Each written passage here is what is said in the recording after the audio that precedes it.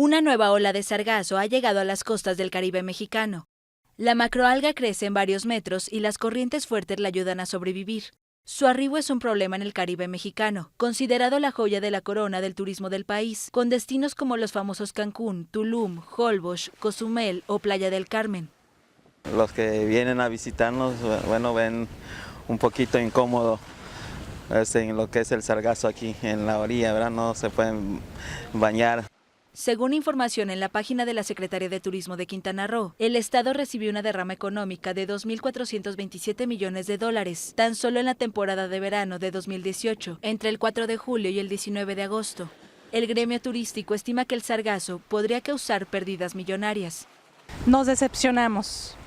Estábamos esperando playas cristalinas, de colores turquesa. No parece tan lindo que estaba pensando y es un poco más difícil para caminar y nadar con este sargazo. Los empresarios intentan contener el sargazo utilizando sistemas de limpieza y barreras que detienen a la macroalga antes de llegar a la playa. La red de monitoreo de sargazo en Cancún estima que este año las costas de Quintana Roo recibirán 1 millón de toneladas de sargazo, un 600% más que las 168,000 toneladas de 2018. El sargazo comenzó a llegar de manera masiva a México en 2015 desde el Mar de los Sargazos, ubicado en el Atlántico, y en los últimos años su presencia en las costas mexicanas ha aumentado, hasta el punto de convertirse en una amenaza, pues no se desintegra fácilmente.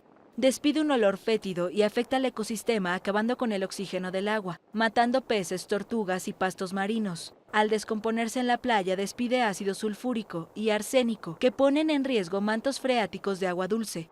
La Secretaría de Medio Ambiente y Recursos Naturales afirma que el sargazo es consecuencia de la contaminación del planeta y el cambio climático y responde al incremento de nutrientes en el mar, al aumento de la temperatura del agua y al cambio de las corrientes marinas.